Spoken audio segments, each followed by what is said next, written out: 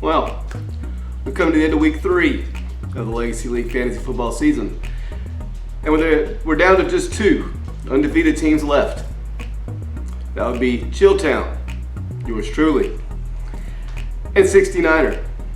And maybe a little bit of a surprise to some folks. Not to me, but some people. Now, I'm not going to delve in too much into the week's proceedings. We'll cover that in the league manager note that'll come out this evening. I did want to talk about what's happened late last night and this morning. Obviously, it's trade week, as there have been 2 rather large trades. I want to take a minute just to kind of see what we think about these trades.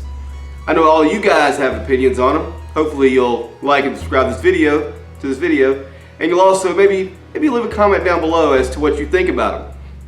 I have my own opinions. You're getting ready to hear them. Some people may like them, some people may not. It's okay, I don't care. I'll just be honest with you, I just don't care. One team involved is mine. So obviously, I'm gonna lean towards liking what I did. But some people may disagree. It's okay. Anybody that knows my team name knows that we do things a little different. Sometimes it works out, sometimes it doesn't. If it doesn't, it's just fantasy football. If it does, it could end up winning me fantasy football. We're gonna see. Let's get into these trades and break them down. The first trade that went through last night, it was between Speed Goats and ChillTown. Now, Speed Goats had to give up the Chargers coach, Michael Gallup, Noah Fant, Saquon Barkley, and the Packers defense. That's pretty hefty. Now, there's a lot of injuries involved in that. Michael Gallup, Saquon Barkley. There's a defense, the Packers, that looks good. We're not sure what they are, but it looks good. So it's possibly good. Noah Fant, a rookie tight end. He's exciting, he's got good athleticism, hasn't quite put it together yet, and he's really being held back by his quarterback, in my opinion. And then you've got the Chargers coach. I think the Chargers are a good team. They've struggled early. Phillip Rivers has not looked himself. Maybe this is Melvin Gordon not being there. I'm not sure. But I think the team's pretty good, and so we'll see how they turn out. Now, my team, ChillTown, what did we give up? I would say it's rather substantial. People that think I won this trade outright, I don't think you're looking at the players that my team gave up. So I gave up the Bills defense, Sony Michel, the Vikings coach, Michael Thomas, and Austin Hooper. Now, because of being 3-0, and having a star tight end, and having a star running back, and having a great coach, and having another really good defense, and I've had solid wide receiver play, it allowed me to take a chance, take a risk. Now my risk is I gave up arguably the best receiver in football, arguably a top 5 tight end, a top 5 coach as of this moment, and a good defense. I gave up a lot. Now, just to throw in the running back that I touted early in the season, Sony Michel, as being a breakout candidate. By the way, I still believe in Sony Michel. We'll get back onto him in just a moment. Now, that's a lot for me to give up. But what I see in the future, down the pipe, by the end of the season, if my team's into fantasy, I'll be able to roll out Deshaun Watson, Dalvin Cook, and Saquon Barkley as a trio. Now, there's some good trios out there, but I don't think there's any better trio than those 3. So if I can find some wide receiver play and get decent health, then I think we'll be just fine, and I think we'll be ready to go by the playoffs. The one caveat in this trade that I really liked was Michael Gallup. He started off the season very nicely, and he got dinged up, a little injured. If he comes back and is the same guy he was before the injury, then I think the trade swings in my direction. Now, Speed Goats, obviously they got a lot of good players in this too. But in the end of it all, the best player in the trade went to me. So in my book, it's worth it. It won't play out till the end of the season to know who won this trade.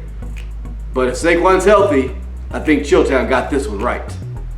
Now, we thought, at least I thought, that Speed Goats was done at that point with trading for a little while. He got the players he needed. He could fill in some spaces where he had injuries. Well, that was not the case. He decided to make another big move, which is going to be kind of controversial whose side you sit on, and I'll tell you my viewpoint. Teenage Mutant Ninja Bortles gave up Drew Brees, Todd Gurley, the Panthers defense, and DK Metcalf. Speed Goats traded Dak Prescott, the Eagles defense, Sony Michel, and Jarvis Landry. Now, Dak's had a really good start to the year. That made him a viable trade piece for someone. I don't know if this was the perfect trade for Speed Goats. I've told him this personally, so I'm not just putting anybody on blast. I think there was a better trade and more he could have gotten for Dak, but I think it served its purpose. To get Todd Gurley back, again, earlier I said that I won the prior trade because Saquon's the best player in the trade. The best player in this trade is Todd Gurley. So if I'm going to be fair, that would lean towards Speed Goats winning this trade. So my issue is not who won the trade. I do think Speed Goats got better in the trade. I just feel like with Dak, he could get more than what he got, if that makes any sense to everyone. It's going to play out fine. I think Dak will be really good for the Teenage Mutant Ninja Bortles. I think Gurley will be fine. To me, he's underachieved a little bit. The key in that trade, I think, and where I think that Speed Goats will kind of regret this trade a little bit, is I do still think Sony Michel is going to have a good finish to his season. And I think in that case, you could have not gone out and gotten the running back. You could have kept Michel and tried to swing Dak for a different running back if you need one, or another receiver to fill out your roster. That's really my only issue with it. If you look at roster construction, Austin Eckler is still there, and that looks good paired with Todd Gurley. But if Melvin Gordon comes back, I think that puts you in a little bit of a bind in a timeshare situation. So the trade on paper looks good for Speed Goats. I just have a little concern about Todd Gurley usage rate. It's been a little low. And I have concerns about Austin Eckler and Melvin Gordon if Melvin Gordon comes back. But on its face, I would say Speed Goats wins the trade because they got the best player. And in generally, that's what wins trades. But I just think it's going to take a little while to play out. And if Sony Michel becomes the player I think he is going to be this season, then I think the trade swings and Teenage Mutant Ninja Bortles wins this trade.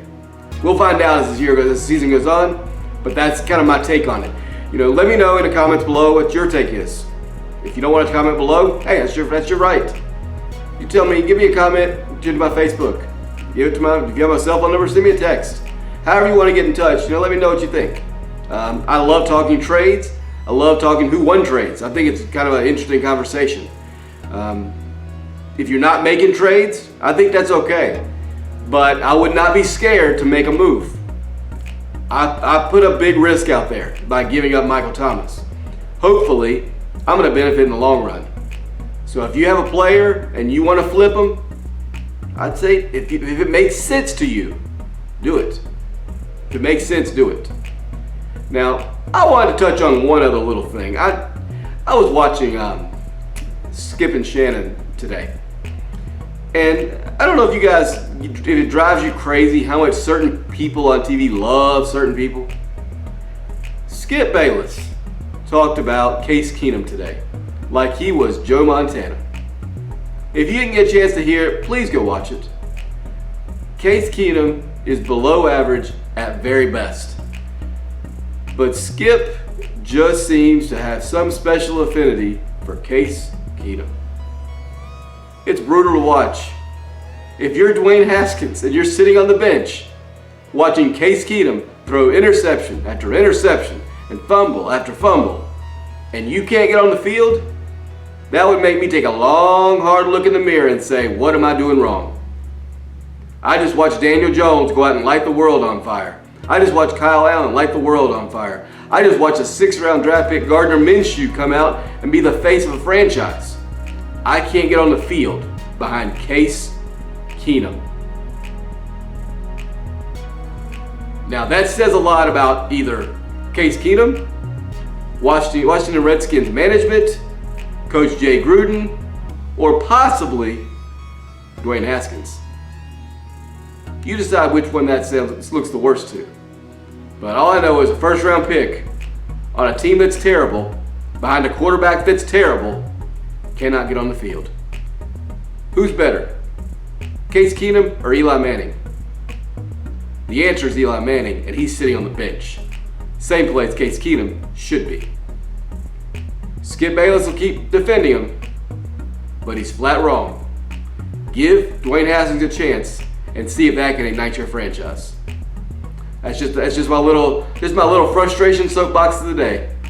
But I hope everybody has had a good week. Look for the league manager note come out tonight. You go on there, go on the message board, talk about it. Send me some feedback, see what you think. There'll be another preview video come out tomorrow to get ready for the Thursday night game. Everybody have a great one and get your teams ready. Free agency, go find your guys off waivers, and every team's ready for the week. Later.